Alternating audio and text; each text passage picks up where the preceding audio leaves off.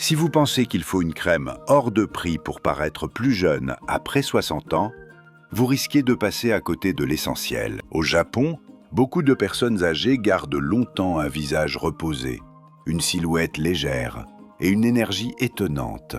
Non pas grâce à une solution miracle, mais grâce à des habitudes très simples, répétées pendant des années. Et parmi ces habitudes, il y en a une que presque personne ne mentionne, alors que c'est peut-être celle qui change tout.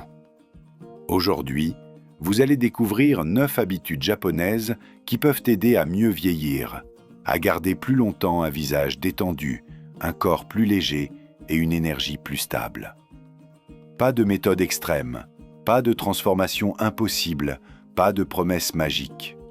Seulement des gestes du quotidien qui paraissent modestes, mais qui, mis bout à bout, peuvent faire une vraie différence.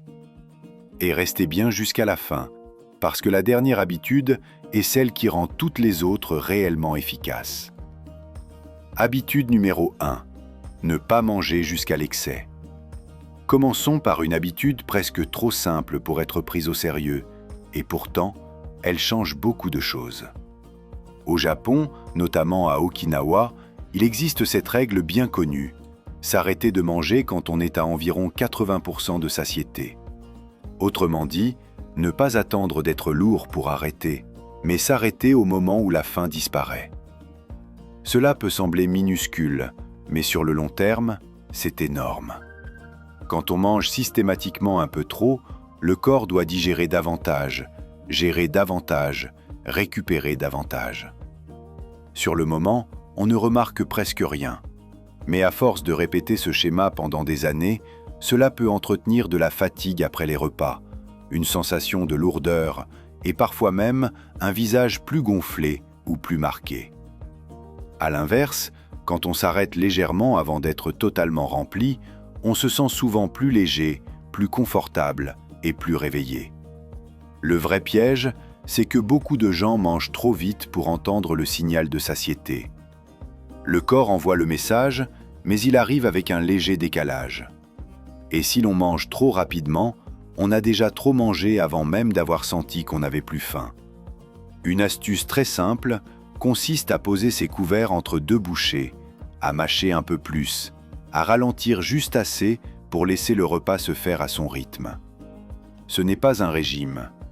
C'est une façon plus calme de manger. Et ce n'est que la première habitude. Habitude numéro 2. Marcher comme un mode de vie. Au Japon, on marche beaucoup, mais pas forcément comme on l'entend chez nous.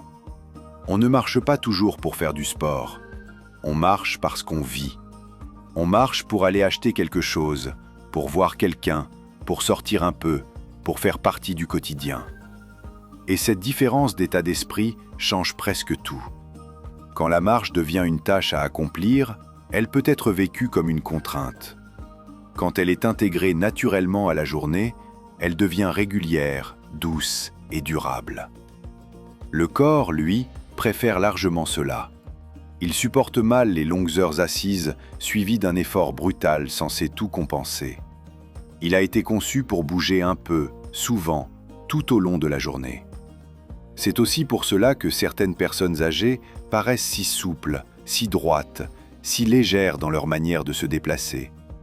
Elles n'ont pas seulement fait quelques exercices, elles ont gardé une relation naturelle avec le mouvement. Leur corps continue d'avancer parce qu'il n'a jamais complètement arrêté. Et l'erreur ici serait de croire qu'il faut commencer par quelque chose de compliqué. Parfois, le vrai changement commence juste par une course faite à pied au lieu de prendre la voiture. Mais ce n'est pas encore l'habitude la plus apaisante. Habitude numéro 3. Transformer le thé en vraie pause. La troisième habitude touche au rythme intérieur. Au Japon, le thé n'est pas seulement une boisson, c'est souvent un moment. Préparer l'eau, attendre l'infusion, tenir la tasse, boire lentement, rester assis quelques minutes sans courir vers autre chose, tout cela crée une vraie pause. Aujourd'hui, beaucoup de personnes prennent des pauses sans vraiment s'arrêter. Le corps est assis, mais l'esprit continue de courir. On boit en regardant un écran, en répondant à un message, en pensant à ce qu'il reste à faire. Résultat, le système nerveux ne reçoit jamais complètement le signal qu'il peut redescendre. À l'inverse, une pause très courte mais pleinement vécue peut soulager bien plus qu'un long moment passé dans la distraction. C'est cela qui est puissant dans cette habitude. Ce n'est pas seulement le thé, c'est le fait d'offrir au corps quelques minutes sans agitation. Et avec le temps, ces petits moments de calme finissent aussi par se voir sur le visage. Moins de tension, moins de dureté, moins de fatigue intérieure. Mais justement, en parlant de tension, il y a une erreur que presque tout le monde sous-estime. Habitude numéro 4. Détendre consciemment le visage et le corps. On pense souvent que le visage vieillit uniquement à cause des années. En réalité, il se transforme aussi à cause de ce qu'on répète tous les jours. La mâchoire serrée, le front crispé, les épaules remontées, les traits contractés par le stress. Ces tensions semblent invisibles sur le moment, mais sur 10 ou 20 ans, elles finissent par dessiner un visage. Imaginez deux personnes du même âge. L'une passe ses journées tendues sans même s'en rendre compte. L'autre a pris l'habitude de repérer cette tension et de la relâcher plusieurs fois par jour. Au début, la différence paraît minime. Avec les années, elle peut devenir évidente. C'est pour cela qu'un geste aussi simple que relâcher la mâchoire, baisser les épaules ou détendre le front peut être plus utile qu'il n'en a l'air. Ce qui est intéressant, c'est que cela redonne une forme de pouvoir. On ne peut pas empêcher le temps de passer, mais on peut éviter d'ajouter chaque jour une couche de tension inutile.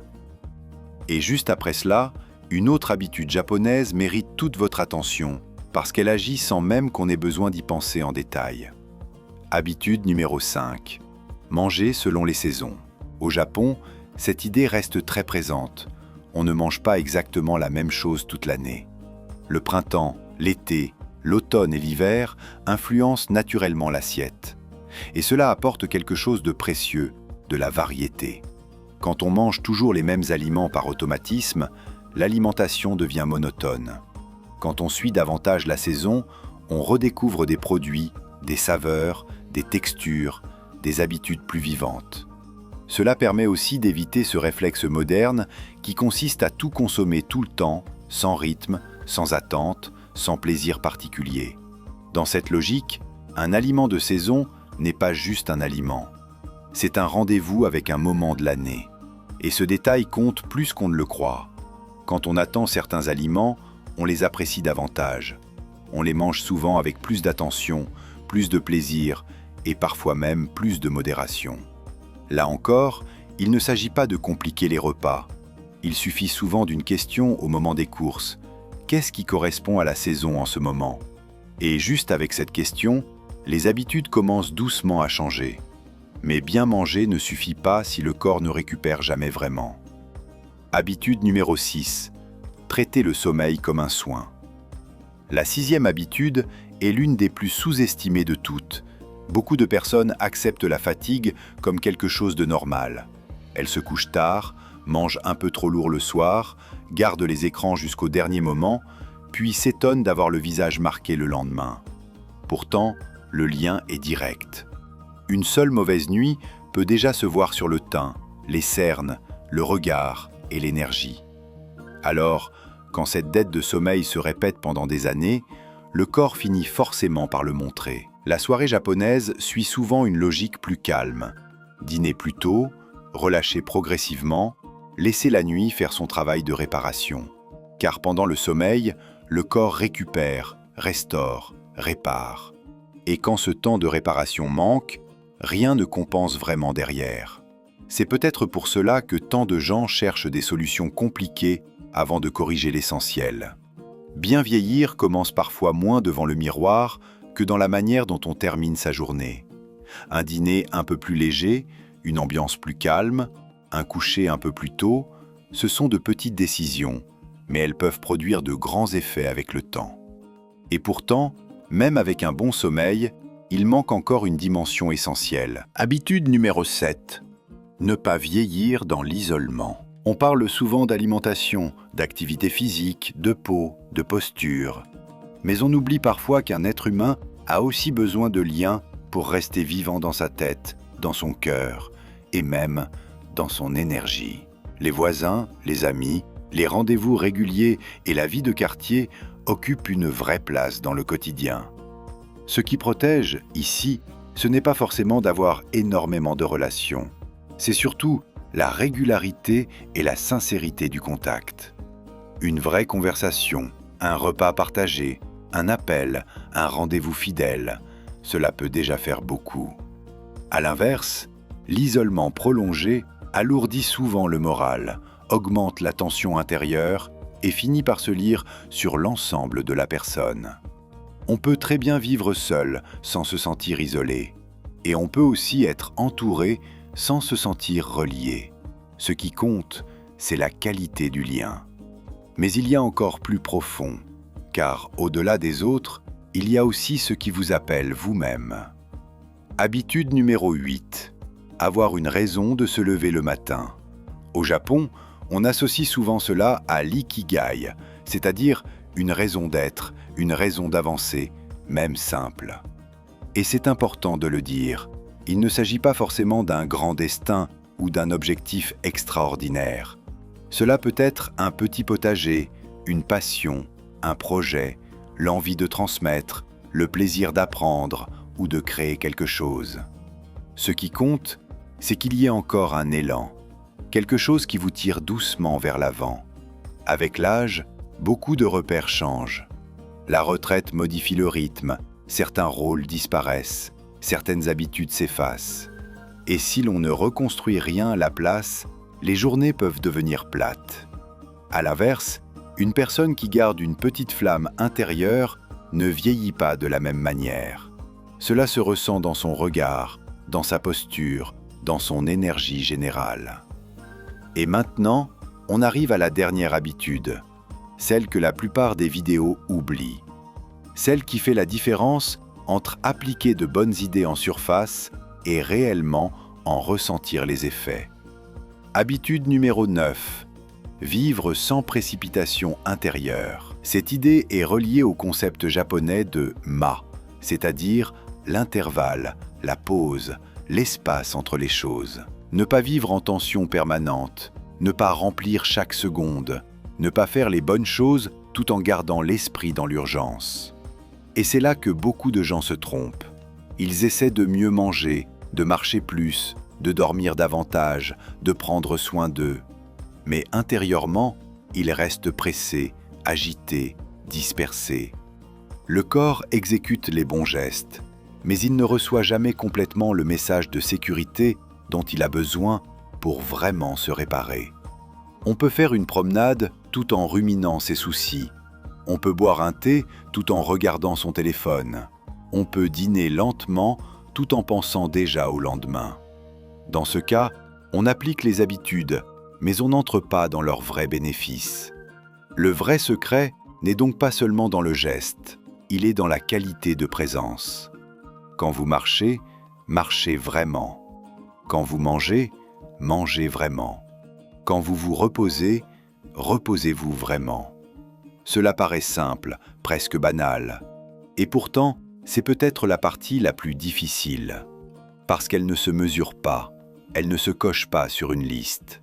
Mais c'est elle qui transforme des gestes ordinaires en mode de vie profondément réparateur.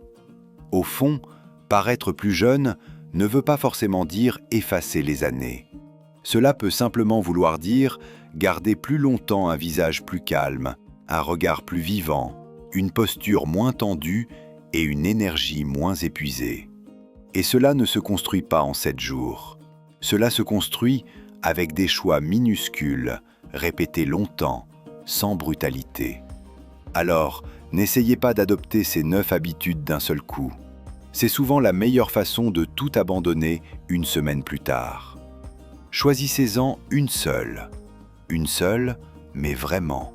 Mangez un peu plus lentement, marchez un peu plus souvent, faire une vraie pause dans la journée, mieux protéger votre sommeil, ou vivre chaque jour un seul moment sans téléphone et sans précipitation. Puis laissez cette habitude devenir naturelle.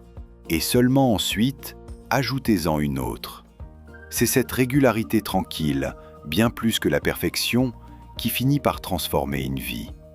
Dites-moi en commentaire, parmi ces 9 habitudes japonaises, laquelle vous semble la plus facile à adopter dès cette semaine? Et surtout, laquelle pourrait vous faire le plus de bien en ce moment?